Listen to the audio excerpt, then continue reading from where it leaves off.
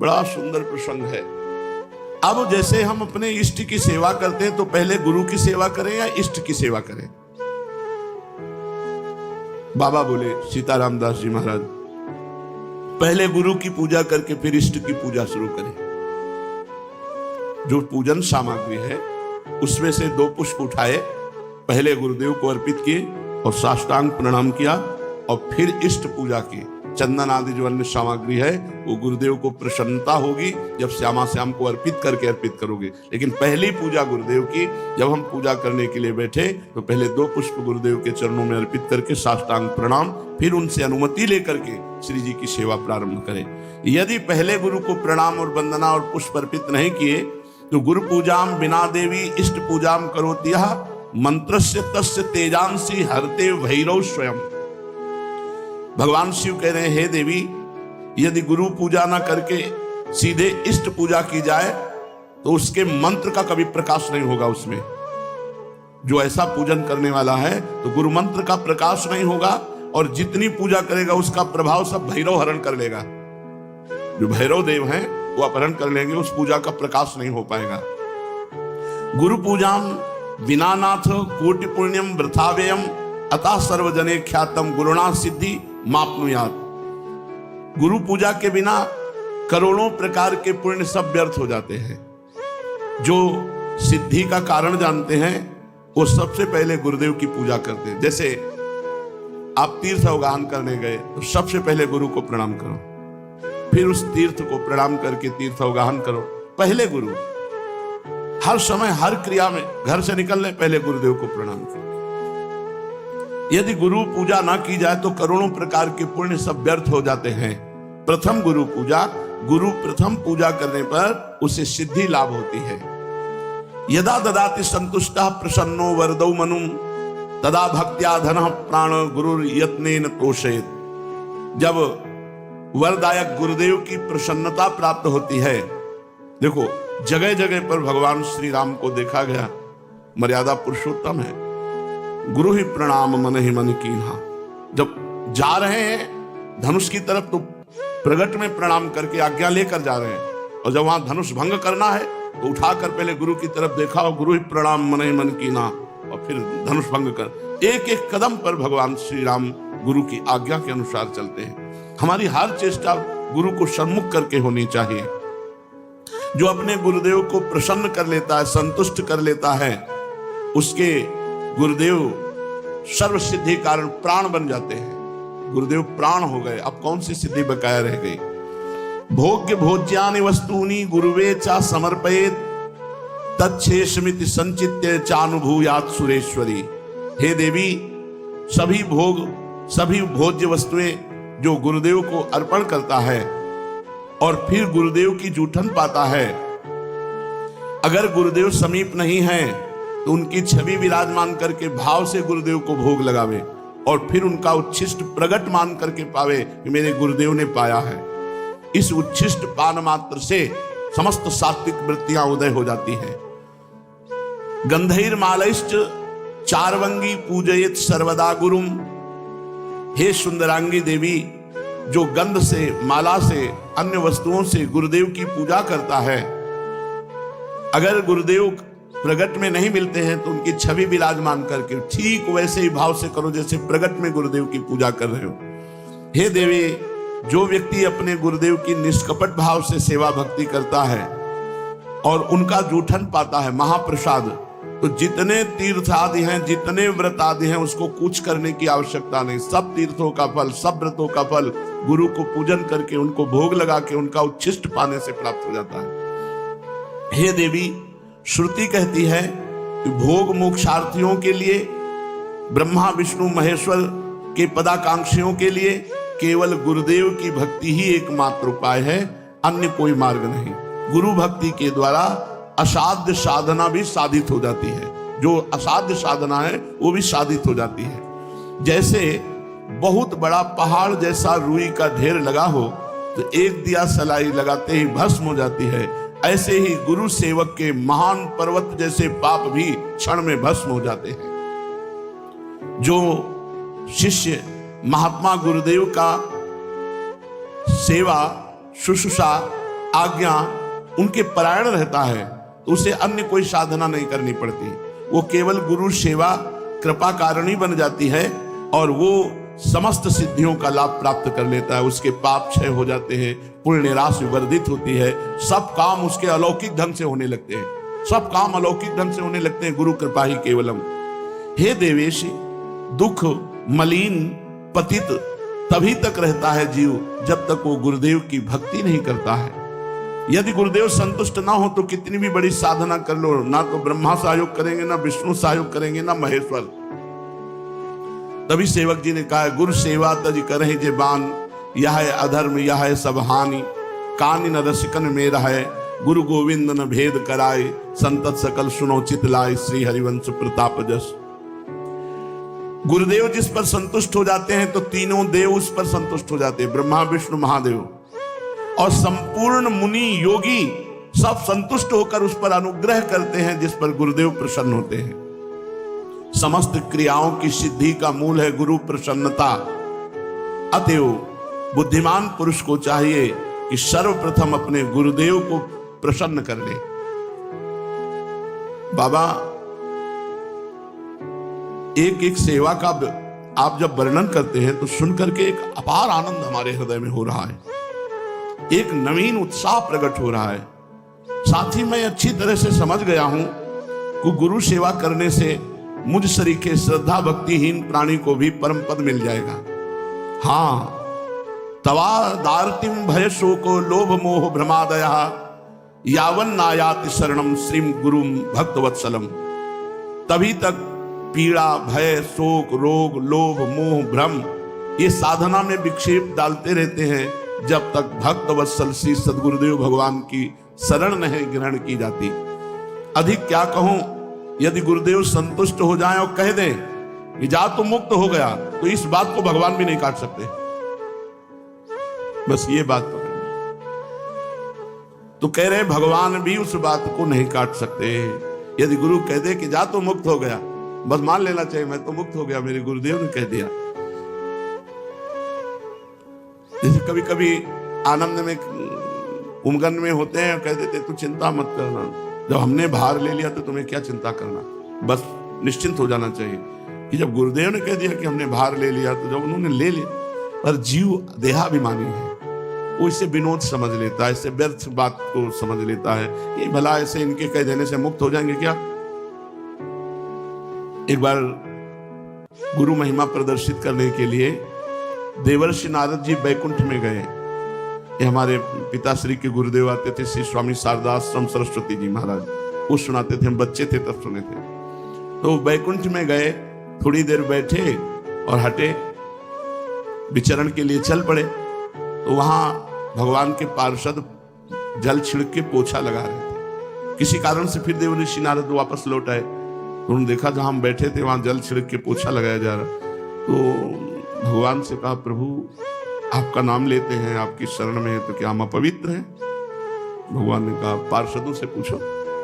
पार्षदों से पूछा तो पार्षदों ने कहा आपने आज तक गुरु नहीं बनाया, इसलिए आप महान भक्त तो हैं, लेकिन जहां आप बैठोगे तो निगुरा जहां बैठता है वो अपवित्र जगह हो जाती है। तो देवर्षि नारद जी ने भगवान से कहा कि आप ही हमें बताओ, हमारे तो गुरु आप ही हो, आप बताओ हम किसको गुरु वरण करें।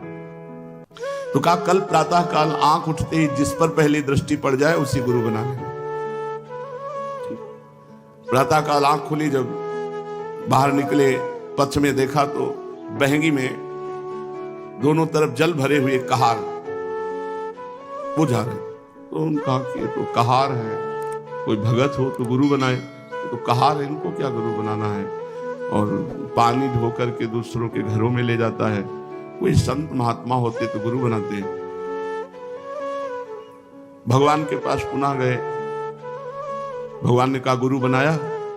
उनका प्रभु तो कहार है, तो गुरु की जाति देखी? नहीं प्रभु, वो पानी दूसरों के घर में ले जाते। तो गुरु की क्रिया देखी? जाओ मैं तुम्हें श्राप देता हूं, 84 लाख योनियों में भटको। देवर्षि नारद जी घबरा गए। आप प्रभु अब कैसे मुक्ति हो सकती है, आपके श्रीमुख के वचन तो परम सत्य होते हैं। तो कहा अपने गुरुदेव से पूछो जाके, कहां मिलेंगे? जहां तुम्हें मिले थे। और वो स्वयं भगवान ही कहार बनकर गए चरणों में लौट गए, भगवान मुझे क्षमा करो, आप हमारे गुरुदेव हैं, मैंने आपको गुरुदेव रूप में वरण कर लिया, पर भगवान ने शाप दे दिया, ऐसी ऐसी बात थी। तो उन्होंने 84 ऐसे गोल गोल बना दिए जमीन पे और कहा ऊपर का कपड़ा उतार के लौट जाओ। लौट बोले 84 लाख योनियों तुमने पार कर ली, अब तुम्हें 84 लाख योनियों में नहीं जाना पड़ेगा। नारद जी भगवान के पास गए, बोले प्रभु गुरुदेव ने ऐसा बोले, फिर संशय गुरुदेव के वाक्य पर, तुम 84 लाख योनियों से मुक्त हो गए क्योंकि गुरुदेव ने कह दिया। तो यहां शास्त्र में कह रहे कि यदि गुरुदेव भक्त वत्सल कह दे कि जा तुम मुक्त हो गया, तो विश्वास करो भगवान भी इस बात को नहीं काट सकते। यावत चोपाधि पर्यंतम तावत शुश्रूषेद गुरुम गुरुवत गुरु भार्याम तत्पुत्रेषु च वर्तनम। जब तक देह रहे तब तक गुरु की आज्ञा में, गुरु की सेवा में रहे। यदि गुरु आज्ञा करे तो गुरु पत्नी, गुरु पुत्र सबकी सेवा में। ऐसा पूर्व के भक्तजन करते रहे। महाभारत उठा लो, चाहे वेद उठा लो, सब जगह गुरु सेवा। क्योंकि उस समय गुरुजन जो रहते थे वो जंगलों में रहते थे, पर्णकुटी में रहते थे, पर उनकी गुरु पत्नी भी रहती थी, उनके पुत्र भी होते थे। तो यहाँ आज्ञा कर रहे हैं कि अगर गुरु आज्ञा करे तो गुरु पत्नी, गुरु पुत्र आदि की भी गुरु के समान ही सेवा करें। यश देवे पराभक्तिर यथा देवे तथा गुरो तस्सेते कथिता हरथा प्रकाशन्ते महात्मना। जिसकी परमेश्वर में जैसी भक्ति है उसी तरह गुरु में भी वैसी भक्ति होनी चाहिए, परमेश्वर के समान। श्वेतरोपनिषद में है यश देवे पराभक्तिर यथा देवे तथा गुरु। जैसी भगवान में भक्ति है वैसी गुरुदेव के प्रति भगवत भाव होना चाहिए, तभी उसकी बुद्धि शुद्ध होगी और तभी शास्त्र के वाक्य ज्ञान उसके हृदय में प्रकाशित होंगे और गुरु का अनुभव उसके हृदय में स्थित हो जाएगा। शिष्य को समझना चाहिए कि गुरु ही हमारा सृष्टि करता है। हमारे अंदर जो भक्ति की सृष्टि होगी वो गुरुदेव ही करेंगे। गुरुदेव ही हमारे दोषों का विनाश करने वाले संहारकारी रुद्र है और गुरुदेव ही हमारे सद्गुणों का पालन करने वाले भगवान श्री हरि है। अर्थात सृजन, पालन और संहार तीनों कार्य हमारे गुरुदेव करते हैं। हमारे हृदय में दैवी संपदा का सृजन, भगवत भाव का सृजन और उसका पालन और दुर्गुण दुराचार का विनाश। गुरु संतोष मात्रेण तुष्टा शिव सर्व देवता। यदि गुरु संतुष्ट हो गए तो त्रिभुवन के सारे देवता संतुष्ट हो गए। गुरु तुष्ट हो गए तो भगवान शिव प्रसन्न हो गए।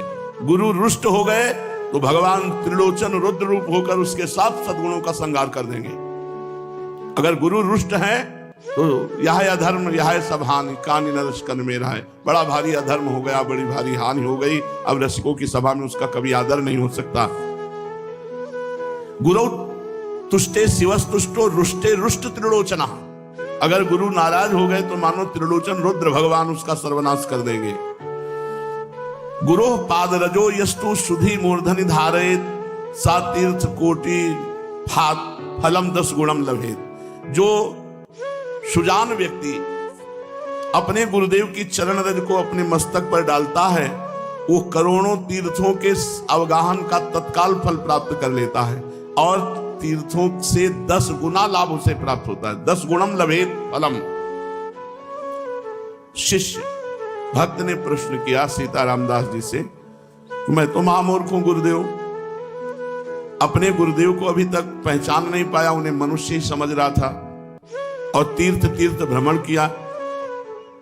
क्या गुरुदेव की चरण तल में सारे तीर्थ विराजमान है? इस बात को ना जाने कब मन में विश्वास दृढ़ होगा। हे देव और कृपा करके गुरु महिमा बताइए। सीताराम दास जी महाराज बोले, गुरो पादोदकम यस्तु नित्यम पिबति भक्तितः सार्ध त्रिकोटि तीर्थानाम फलम सा लभते ध्रुवम। जो मनुष्य भक्ति पूर्वक नित्य गुरु का चरणामृत पान करता है वो 3.5 करोड़ तीर्थों का सेवन का फल प्राप्त करता है। धन्य है महाराज, गुरु चरणामृत में इतनी शक्ति। अरे सुनो, त्रिसंध्यम पिबेत यस्तु गुरु पादोदकम सुधी तस्य नास्ति पुनर्जन्म संसारे दुख वर्तमनि। कोई साधन ना हो, केवल 3 बार चरणामृत पीता हो, सुबह दोपहर शाम, बोले वो निश्चित भगवत प्राप्ति कर लेगा। केवल गुरु चरणामृत से, विश्वास करो, गुरु चरणामृत 3 बार पीने को मिल रहा है, इतने मात्र में भगवत प्राप्ति हो जाएगी। जो बुद्धिमान शिष्य तीनों संध्या काल में गुरुदेव का चरणामृत पान करता है वो इस मोहपत रूपी दुख भय संसार में उसका पुनर्जन्म नहीं होता। कितनी बढ़िया सुविधा है भगवत प्राप्ति की। वृंदावन वास, गुरु चरणामृत, गुरु उच्छिष्टामृत, गुरु पादुका का सेवन और गुरु चरणों के आश्रित होकर उनकी आज्ञा का पालन, हो गई भगवत प्राप्ति। भक्त ने पूछा इसमें कोई तपस्या या प्रयत्न नहीं हो, आपने कह दिया पुनर्जन्म नहीं होता। ऐसी बात तो हमने आज तक नहीं सुनी। कंचन को त्यागो, कामिनी को त्यागो, ये त्यागो, वो त्यागो, ये बातें तो सुना है। केवल 3 बार चरणामृत रोज पीता रहे, भगवत प्राप्ति हो जाएगी, पुनर्जन्म नहीं होगा। वत्स, बाबा बोले बेटा ये बहुत गुप्त बात है, बहुत श्रद्धा की बात है। ब्रह्मा विष्णुश्च रुद्रश्च सर्वाश्च पितृदेवताः तिष्ठन्ति श्री गुरु पाद पद्मार्चिते शुभे जले। जो गुरु को चरण प्रक्षालन के लिए जल अर्पित किया गया और गुरु के चरण धोए गए और फिर चरणामृत पिया गया तो सारे पितरों का उद्धार हो जाता है। सर्वाश्च पितृ देवता, तर्पण से उनको जो तृप्ति नहीं होती, गुरु चरणामृत से सारे पितरों का उद्धार हो जाता है। और गुरु पाद पद्म का जो जल है, चरणामृत है, पीने से ब्रह्मा विष्णु रुद्र सब देवता उसके अधीन हो जाते हैं। गुरु पादोदकम यस्तु नित्यम पिबेत मानुषः धर्मार्थ काम मोक्षा निधियो जायते च सः। जो मनुष्य नित्य गुरु का चरणामृत पान करता है वह धर्म अर्थ काम मोक्ष का स्वामी हो जाता है, अर्थात चारों पुरुषार्थ उसको प्राप्त हो जाते हैं। अपिवा विगलत पाद प्रक्षालन जलम यदि पिवेद अमृत भावेन यह सा देवी पुरम रजेत। गुरु के चरण से स्पर्श किया हुआ जो चरणामृत है उसका जो पान करता है वो साक्षात भगवत धामवासी हो जाता है। गुरु पादोदकम यस्तु शीर्षा धारयेन नरः सा सर्वतीर्थजम पुण्यम लभते नाम संशया। जो व्यक्ति स्नान के समय गुरु चरणों का ध्यान करते हुए अपने मस्तक पर जल डाला तो सारे तीर्थों के स्नान का फल प्राप्त हो गया। विश्वास करो इन बातों पर। सर्व तीर्थावगाहा नाम फलम प्राप्नोति निश्चितम गुरु पादोदकम सम्यक संसारार्णवतारणम। जो गुरु चरणामृत अपने सर पर धारण करता है उसे समस्त तीर्थों के अवगाहन का फल निश्चित ही प्राप्त होता है, क्योंकि गुरु का चरणामृत सम्यक रूप से संसार सागर से उद्धार करने वाला है। अज्ञान मूल हरणम जन्म कर्म निवारणम ज्ञान वैराग्य सिद्ध्यर्थम गुरु पादोदकम पिबेत।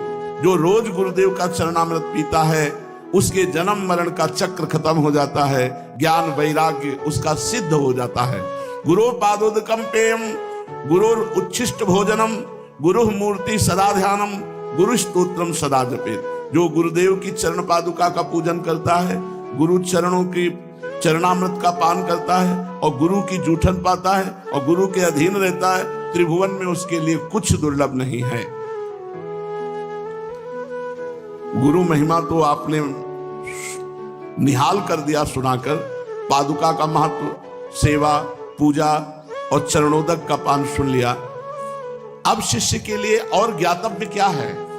बाबा बोले बेटा वत्स, गुरोरन्नम महादेवी यस्तु भक्षणम आचरेत कोटि जन्मार्जितम पापो तत्क्षणादेव नश्यति।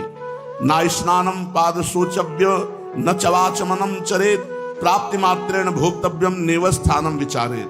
महादेवी, जब मनुष्य को भगवान की कृपा का विशेष प्रभाव होता है तब गुरु की जूठन मिलती है। ऐसे नहीं मिल जाता कि बहुत तड़पना पड़ता है, बहुत व्याकुलता अंदर भगवान जब देखते हैं तब व्यवस्था बना देते हैं गुरु उच्छिष्ट की। गुरु चरणरज, गुरु चरणामृत, गुरु पादुका, गुरु उच्छिष्टामृत, ये सब गुरुदेव की कृपा से प्राप्त है। जो गुरुदेव को भोग लगता है उस अन्न का जो कण है वो जब मुख में जाता है तो तत्काल सारे पाप नष्ट हो जाते हैं। स्नान, पाद प्रक्षालन, आचमन, गुरुदेव का जो भी है, आचमन किया हुआ जूठा जल है, स्नान किया हुआ सर्वांग जल है। कितनी महिमा पूर्व के संत जानते हैं इन बातों को।